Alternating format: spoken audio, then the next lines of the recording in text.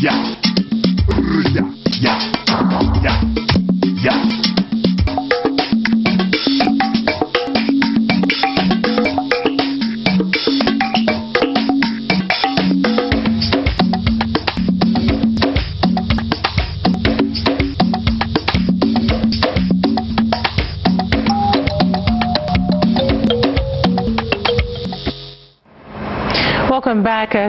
Welcome back to Voices of the Continent, and to bring you, of course, the latest news regarding the Zambian presidential elections. The Electoral Commission of Zambia has announced the official results on Tuesday and declared President Hakainde Hichilema as re-elected, winning about 61.4% of nearly 3 million votes, whilst his main challenger from the opposition won about 38%, approximately 1.86 million votes. Therefore, Hichilema has been announced as elected and will continue as president for another 5-year term. And for more on the Zambian presidential elections, we're very much delighted to be joined over the telephone by Dr. Asmaa Elzieny, our international relations expert. Dr. Asmaa, good afternoon to you, ma'am. Very good afternoon. Thank you so much, Doctor, for your time this afternoon and for joining us on Voices of the Continent. Now, let's first start by discussing the Zambian presidential elections. What were your expectations? Did you expect this result? Even with some slight controversy from the opposition party, the incumbent president has indeed secured another term in office. Yes, news came with Zambia president securing another term by winning Zambia general elections with a percentage of 60.4% of the electoral vote. Yes. Mm-hmm. This is a good news for us to hear that we are continue to have what could be called political stability in one of the most important countries in the south of Africa. Mm-hmm. It means that Zambia is able to reach what could be stable democracy via elections, and this is a very good sign that the leadership in Zambia is targeting what could be called economic stability via general elections. Mm-hmm. Indeed.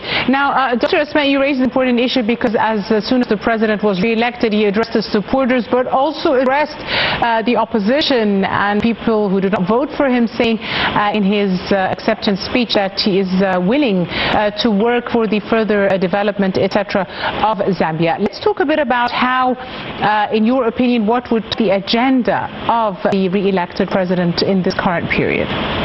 I believe the second term for the president of Zambia is going to be a little bit harder but important, as in this term he is going to be responsible for achieving what is people in Zambia are expecting. They are thinking that Zambia would be will occupy its position in the global market of minerals, especially copper.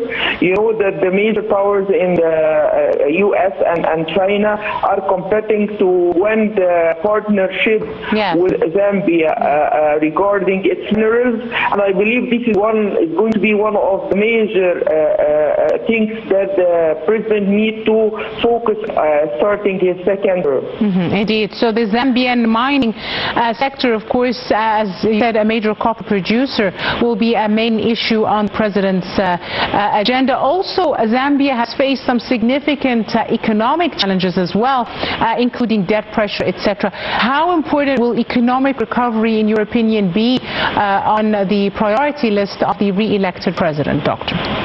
I believe the stability and with the re-election of the Zambian president is going to give more chances for economic stability. I believe it is much needed for the Zambian to focus on this. As they are reaching this result with democratic elections, regardless of the opposition remarks on the general elections. But still, this is a result that we have now, and we need to focus on the future. They need to focus on their future to reach what could be serving the whole interests of their country.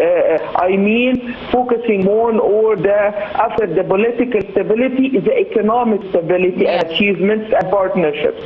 Do you think, as you mentioned, this political stability reached in Zambia after the announcement of the results and the, few challenges which have seemed to have passed, etc.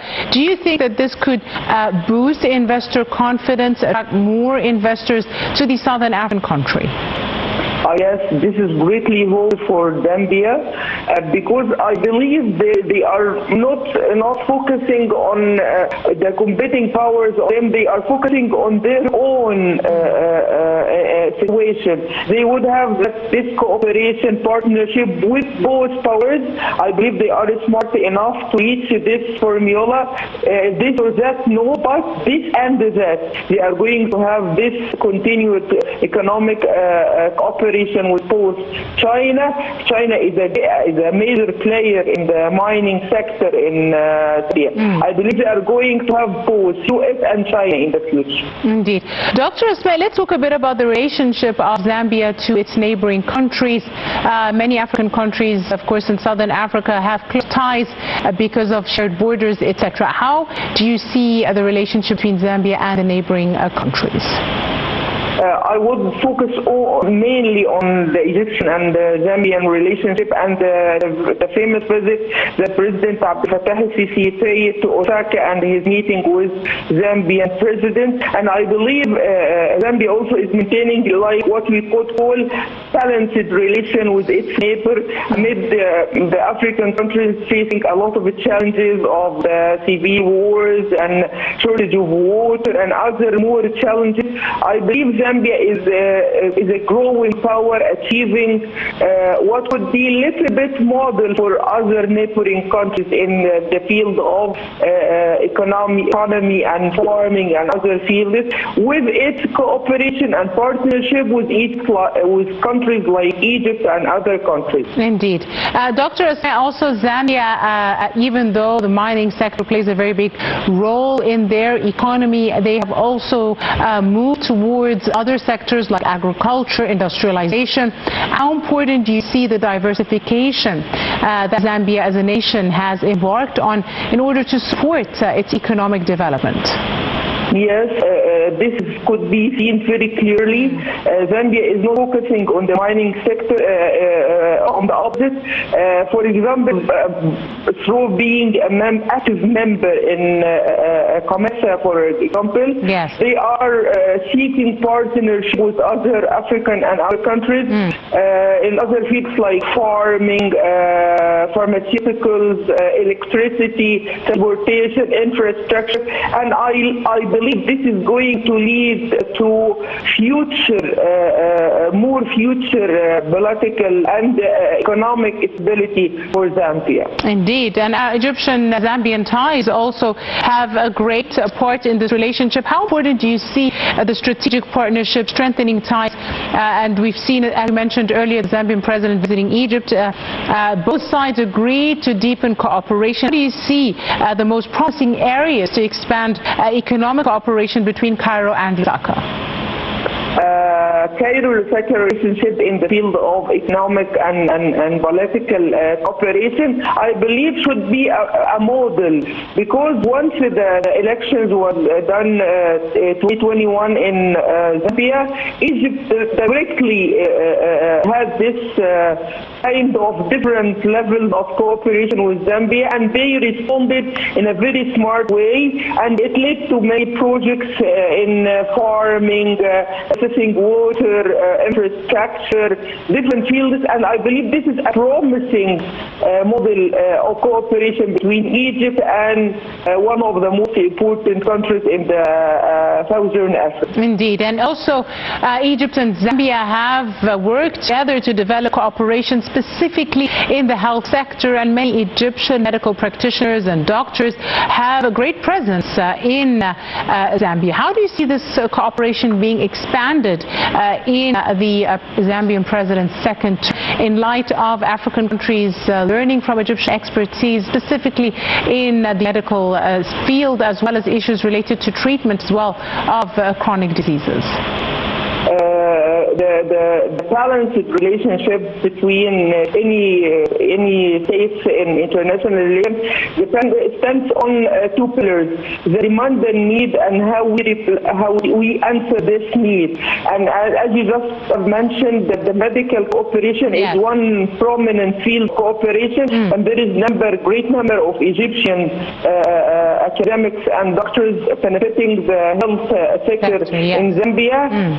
And this is one evidence that Africa would be a great power if we focus on replying these needs. And Egypt is smartly, I believe, replying to these needs continuously, whether being with Zambia or any other African country. Absolutely right. I'm afraid we've run out of time. I'd like to thank you very, very much, Mr. Asmaa Elzieny, our international relations expert. Thank you very much, Doctor, for your time and your insight, for joining us this afternoon. And that wraps up today's episode of Voices of the Continent. You're in the company of myself, Andrew Maher. Thank you for watching.